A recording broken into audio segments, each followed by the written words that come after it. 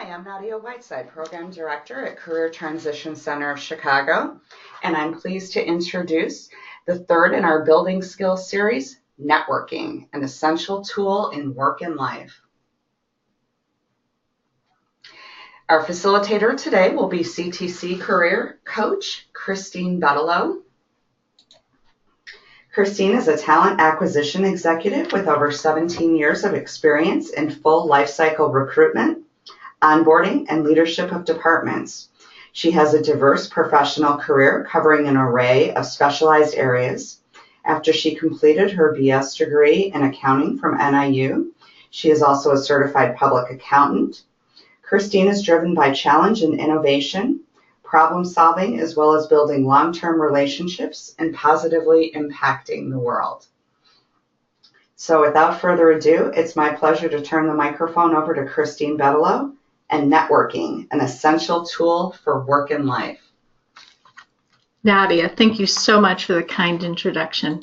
I'm thrilled to be here today and very excited to welcome our Building Skills Workshop. So today we are going to talk about the third of the fourth career building workshops at CTC. In the first, you explored yourself in the present and what you might be in the future. In the second skill building workshop, you covered how to represent yourself well in writing. And in the fourth, you'll work on how you'll represent yourself well in formal conversations, such as interviewing and negotiating an offer. Today, we're going to discuss how you represent yourself in less formal conversations, specifically networking. So what is networking?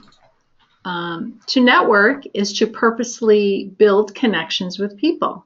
We do this throughout our lives for many different reasons. We do this to have fun, to receive support, to confide in another, to obtain information or assistance to help or guide someone else. In the career space, we build connections with people who can educate, inform, advise, or mentor us. When you're looking for employment, you turn to or build connections with people who are going to help you directly or indirectly in seeking the job that you desire. So what is networking?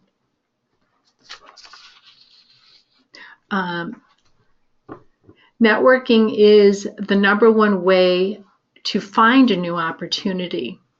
It's really key to build a strategy to quickly build your knowledge, find resources, advance, and stay connected. It's mutually beneficial for you and others to network, and it's a social phenomenon that can happen almost anywhere. And it's so much more than just a job strategy. There are lots of different ways in the importance around networking. You can build relationships to transcend your career job transition. You can help yourself become more visible in your field by providing information, learning about the industry, the field, the organization, or position, offering support and resources, and expanding your connections to actually reach the hidden job market.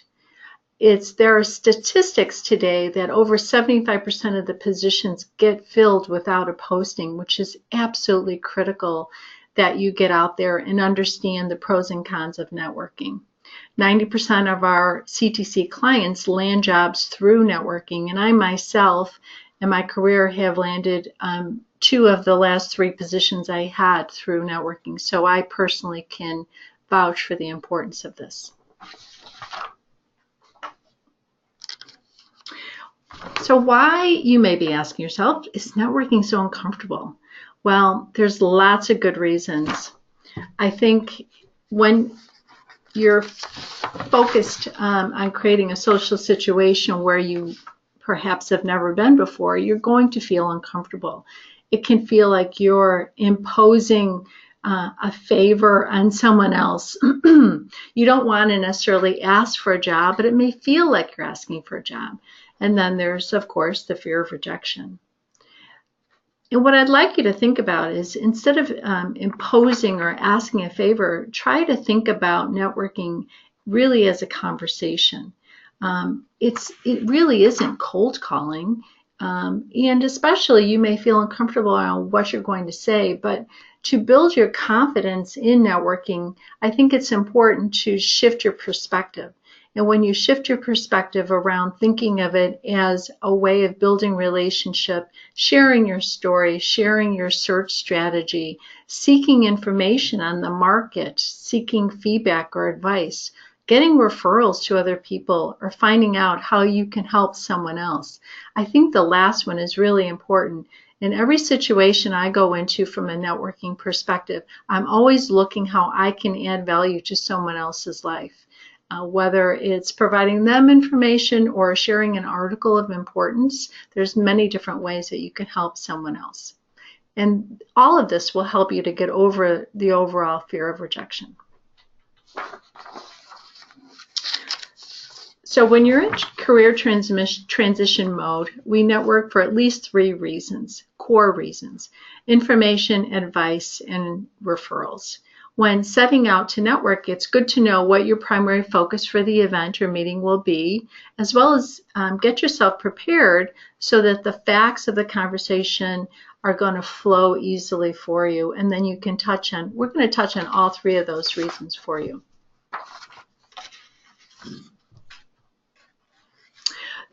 So when you're networking for information, these are some of the core things that you should be thinking about.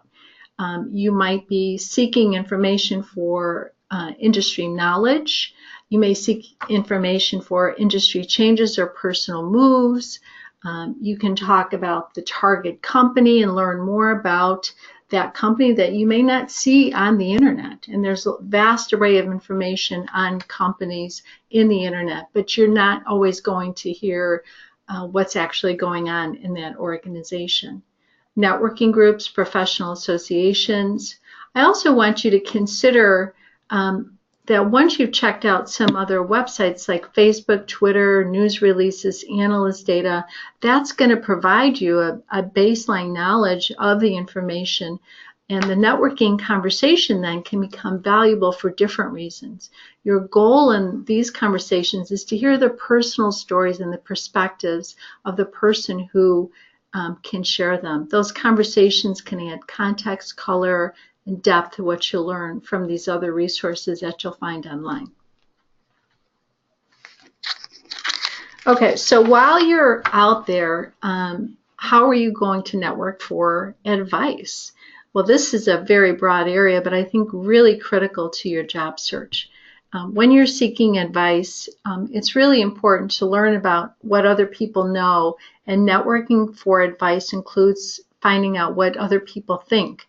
Networking for advice is important, especially in the planning phase. And you might ask people about their own past experiences, their own past searches, what worked for them, what didn't work for them, what careers are related to your target career that you might consider. So it could help you perhaps expand your focus within your job search. What do they think about your resume or other printed material and your printed collateral that you've already created? You might seek their advice on that, or you might get advice from them on an overall job search campaign and tools that they've used. What was impressive, or conversely, what was a misstep when they did their own job search? I think having that information will be really important for you as you're networking for advice. And anything else that they may want to tell you to help make your search better or stronger is really going to be important.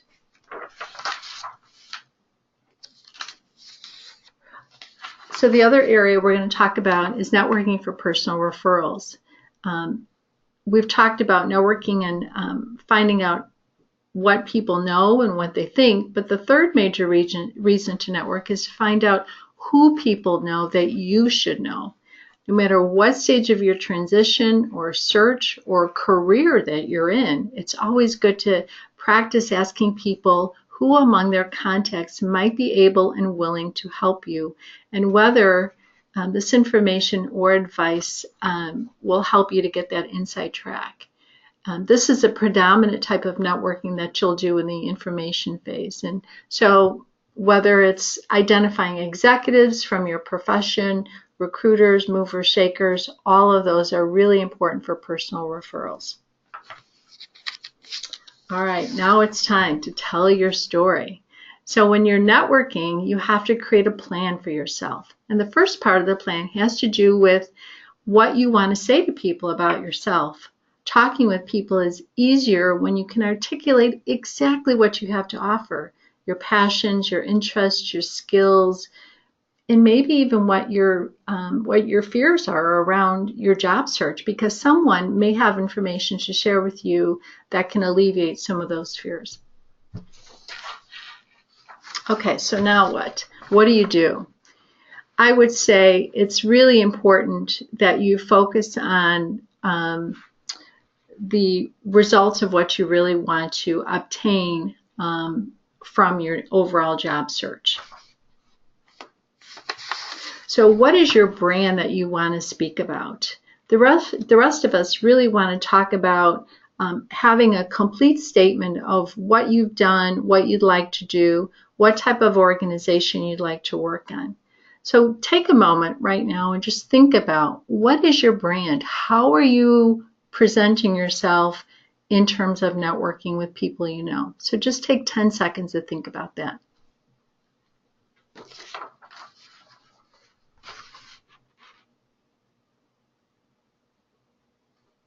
So as you reflect on your brand, you're going to automatically come up with, okay, now I have to introduce myself.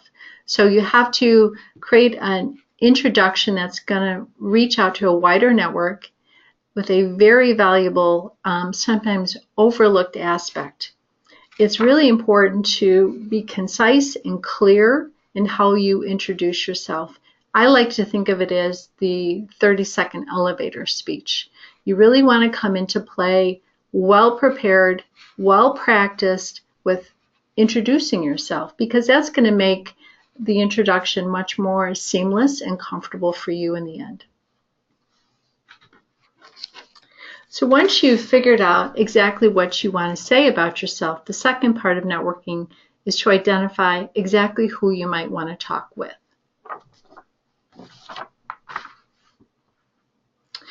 To do this, I encourage you to think about the spheres of your current relationships and work outward from your closest and most trusted family and friends to more casual acquaintances. Your family and friends know you the best, and casual acquaintance may know how you present yourself in familiar situations, but it'll be really important for you when you're reaching out to those people to make it your goal to grow your network beyond the people you know to the people they know, and so on and so on. So spend definitely a good 15 minutes thinking about, who do I know? And I encourage you to organize this information, put it into a spreadsheet, make it really clear, and create a process for yourself around, who am I going to reach out to? Document it in your spreadsheet. And it might be as simple as having, at the top of your spreadsheet, your name, where they work, contact information, telephone number, email address. 4 columns, keep it simple. Don't make this bigger than it has to be, but I think it's really important to put it on paper or in the Excel spreadsheet so that you can at any point in time see how you're actually growing your network.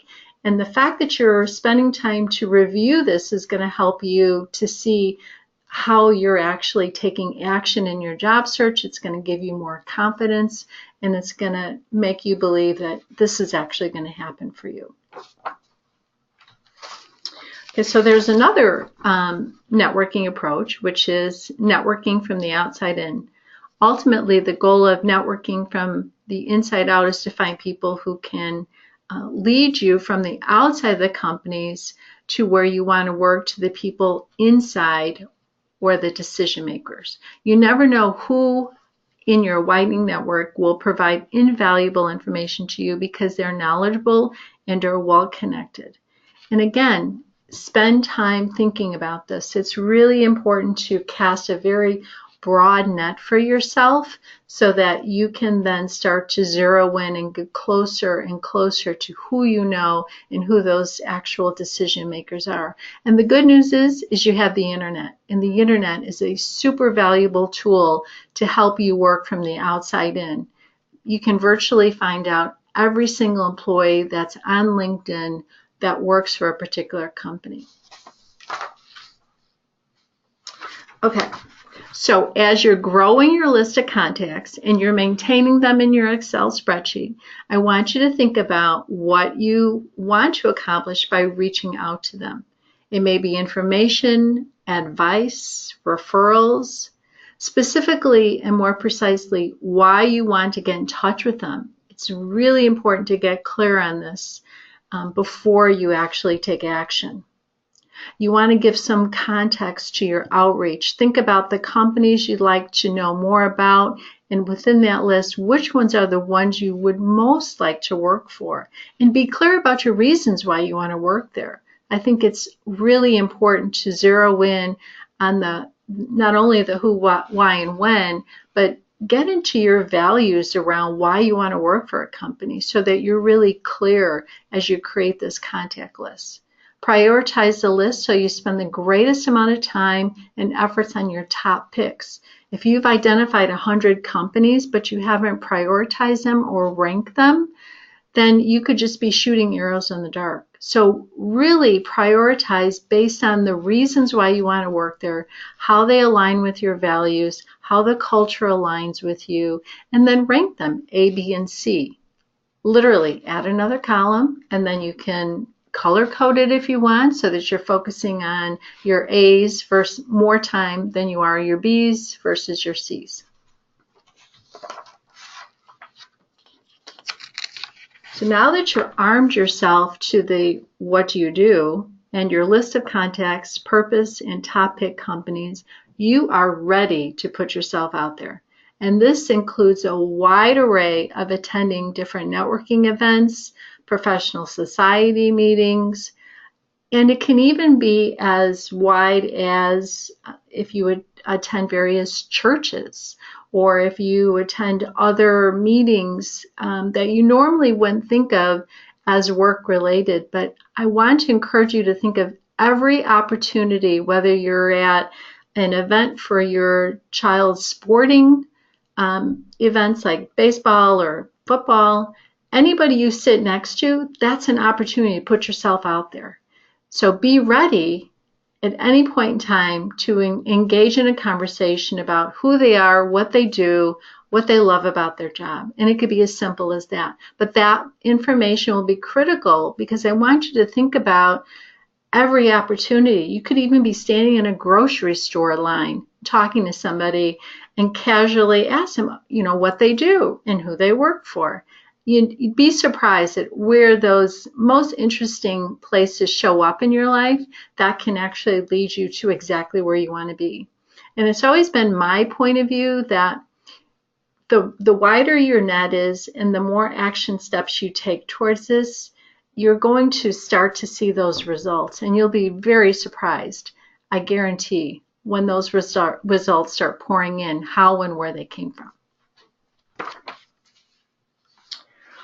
All right, so now you're at a place where it's time to ask for a meeting. So when you're requesting a meeting, it's really important to emphasize who referred you.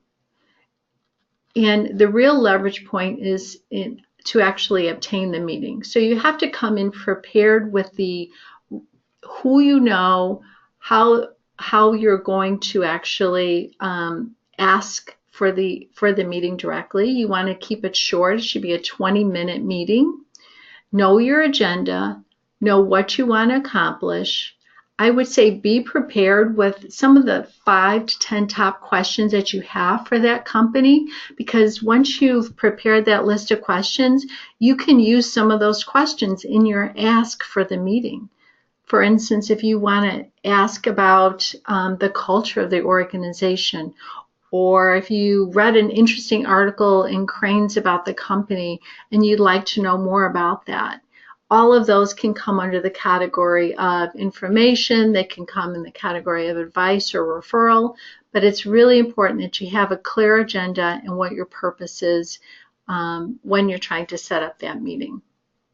You can offer to send your bio ahead of time, which can be attached to the confirmation of the meeting if they would like.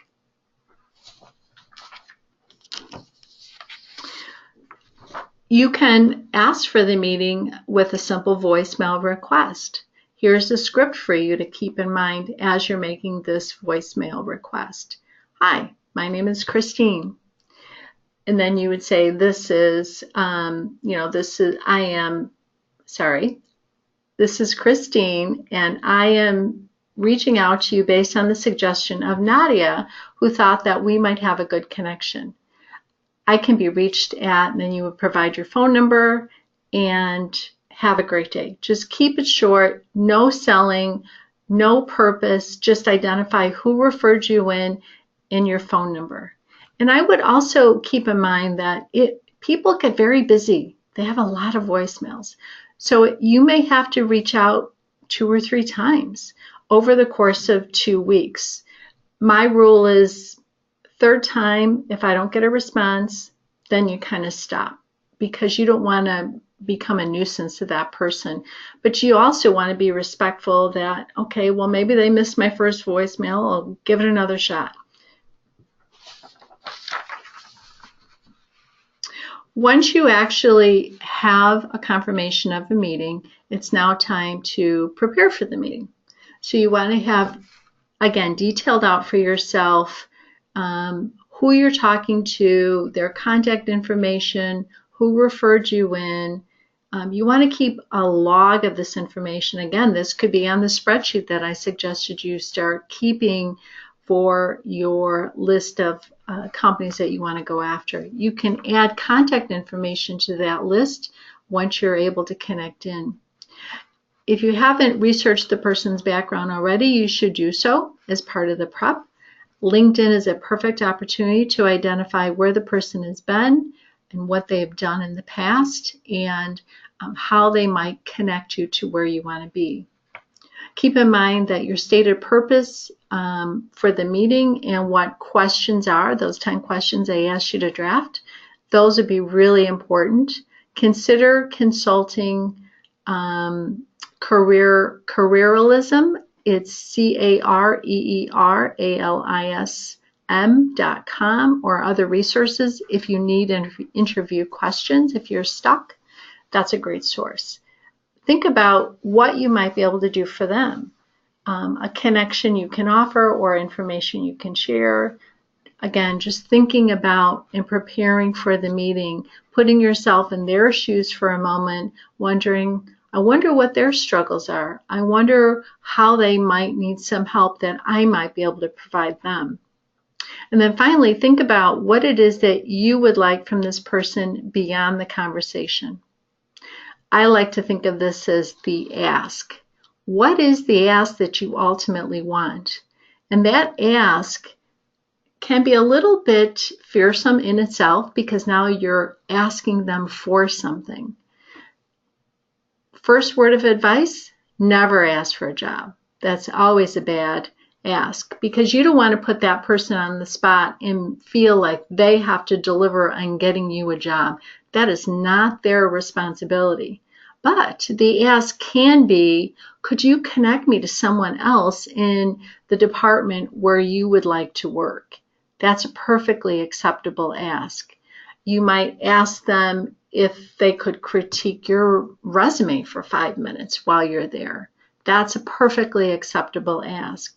You could, again, create a list of the ask that you want from that particular person, so that you're not on the spot at the end of the meeting and you haven't gone for what your ask is. So be prepared for that.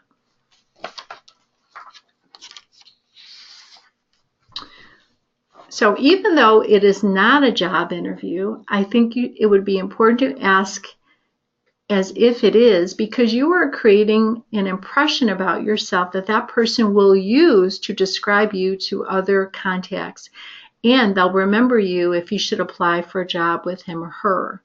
The major difference between this meeting and an interview is that you own the agenda, and I can't say this enough. You own the agenda. You want to keep the flow of the meeting going according to what you want to get out of the meeting. It should not be up to the person you're talking to create the agenda. That is not the purpose. So stay focused on what you want while being flexible to let the other person take the conversation in another direction if it seems relevant. This is really important. If it doesn't seem relevant, you have to be able to call that conversation back to why you're there if it goes off track. And don't be shy to do this, because otherwise the meeting could end in a way that's really not impactful for you. So respect the other person's time by monitoring the clock. Remember to pull the conversation back if it gets too far off track. If the person suggests going longer, that's a good sign. That means you're creating a good relationship. There's some meat to the conversation. They're interested. Always remain positive and thoughtful in your responses. Have good eye contact. Listen as much or more than you speak, because you want to you're there to gain information from that person, not to provide them all of your thoughts. But you definitely want to go in, and it's okay to have your questions listed on a pad of paper that you bring with you so that you know what your agenda is. You don't have to give that to the other person, but keep it by your side so that during the meeting you're prepared, and they'll see that you're prepared, and that will, again, create a positive light around you. All right, so after the meeting, because you've created this great impression with the contact, follow-up and following through are really key and can be a core differentiator. You absolutely want to send a thank you note. I recommend you send an email the same day to show how urgently you want to show appreciation. A written note can add more. It could be a nice reminder. I like to do both, personally speaking. I think the written note sent like a week after is important because, again, you want to stay top of mind with that person, and that's going to be really important. You want to also thank the person who referred you, whether you send them an email or I, again, would send a thank you note in printed form to that person. If you met anyone through a job fair or other networking events, I would also reach out to them. And again, make sure that everybody in your circle of influence who has allowed you to get to this particular meeting, that you follow up with a nice thank you. That'll be important. So there are so many different ways to network. And it's really not just for career transitions and job search. It's been my belief that if you sustain a strong network your entire career, that at any point in time, you'll be top of mind to help someone in their efforts, or they could be top of mind to help you in your efforts. Networking is a matter of learning and making connections and sustaining those connections. How well you network and the results you yield have a lot to do with your perspective, your openness, your intention, and as with every skill, planning and practice is absolutely going to help improve your performance. So I want you to think about, what was most helpful, what was least helpful from this session. What are your 3 action items that you want to take away with? And practice, practice, practice. This is not something that comes easily to most people. I personally learned later in my career the importance of networking, and it really impacted me and opened my eyes to see that networking is not just for the ask. Networking is an opportunity for you to grow in your professional career life. And it's growing through knowledge, and once you gain that knowledge, paying it forward to mentor and help other people. And that can all occur through networking. Thanks, Christine. So what are some tips going forward for our listeners in terms of next steps that you might recommend? Well, I think it's really critical to have your success stories identified. So completing your CARs is absolutely important, because once you have written your CARs and you understand where your success stories are, you're going to be strongly inspired to use some of those stories when you're in these networking events. Now, you don't have to give the whole example, but you can give snippets of how you've impacted in your career to show a particular strength that you would like to shine on for someone else. And I think it's also important to just keep practicing informational interviewing. The more you reach out and the more you conduct informational interviews, the more comfortable you'll become. And CTC has a great informational interview session. If you haven't done it, you absolutely need to attend it. I attended when I first started coaching here at CTC, and I was so amazed at the tips that I took away personally. And I do a lot of networking, so it was very, very influential in my own life. Thanks, Christine. And actually, we have both of those titles available here on our YouTube page. So look for Mastering the Art of Informational Interviewing with Marty Gabauer and Cars for Conversation with Lauren Bittner, available through YouTube. So this concludes the webinar. On behalf of Christine Bettelo and myself, we thank you for attending, and be sure to check out these other titles in the Building Skills series and on our YouTube page. Thank you.